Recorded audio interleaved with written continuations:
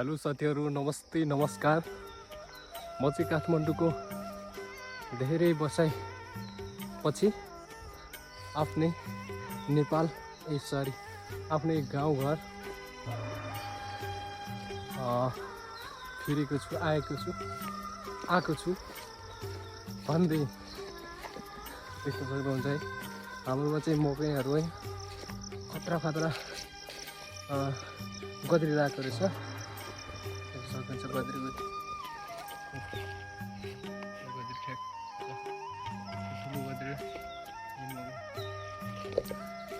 यस्तो मजाको मकैहरू रहेछ कि है, के भन्नु।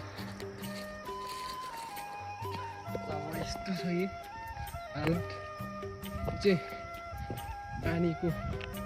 पानी नआएको कारणले हो कि के हो यार। सानोमै बिहे गरेर यस्तो भएको कि यो मकैहरू। यो चाहिँ बाँदरले खाएछ। खेतमा चाहिँ अलिक ठुलो छ क्या।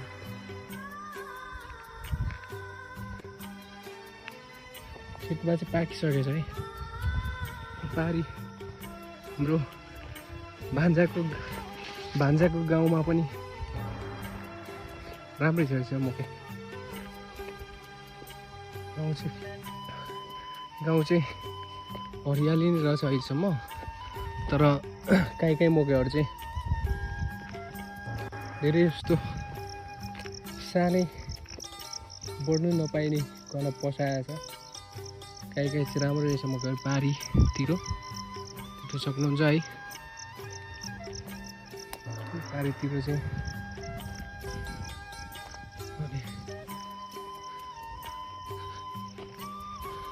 घाँसहरू पनि पलाइसकेछ।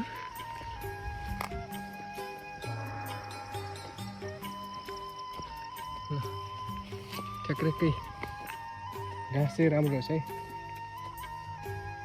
कागतीको बोटो यहाँ थियो, मरेछ त हौ। ए रहेछ, सानो रहेछ। यहाँ रहेछ एउटा बाजेछ। अब त घाँसले पुरिगयो यार। थियो त्यहाँ पनि छ के अरे। यहाँ पनि रहेछ। त्यहाँको बाँचेको, त्यहाँको पनि बाँचेछ, त्यहाँको पनि बाँचेछ।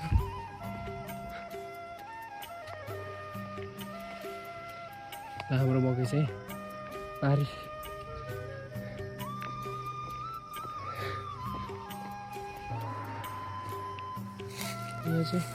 यहाँ चाहिँ ठुलो भएछ है। ल कागतीको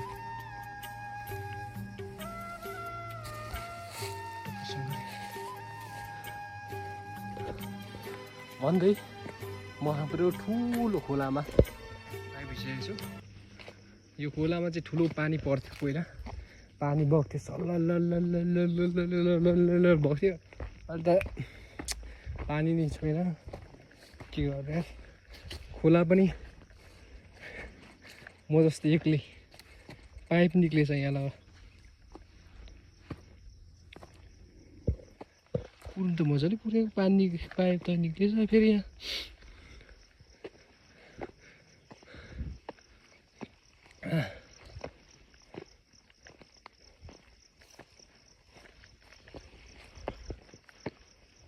ल यहाँ छुट्टै रहेछ त फेरि पाइप। कसरी छुट्यो यहाँ चाहिँ फेरि।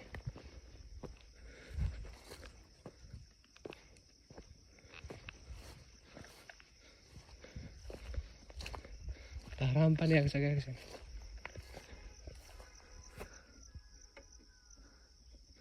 उयो धारामा त पानी आएको छैन। यो मोटो बाङ्गो आएको छ धारा त। के हो मोटो बाङ्गो?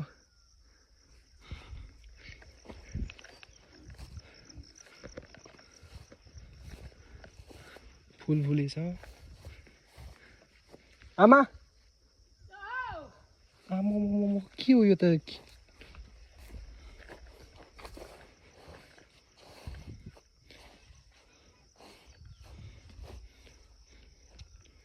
मकै पनि फलेछ, मकै गद्री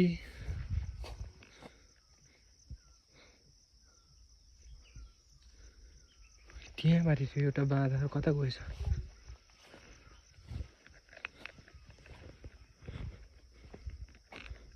मकै त पाकेछ नि कस्तो पाक्दैन त अब अस्ति पाकेको 2-3 गाला भइसक्यो खइसकेको अब त्यहाँ अलिअलि बाँकी भएको चाहिँ त्यो खिसादेऊ राखेको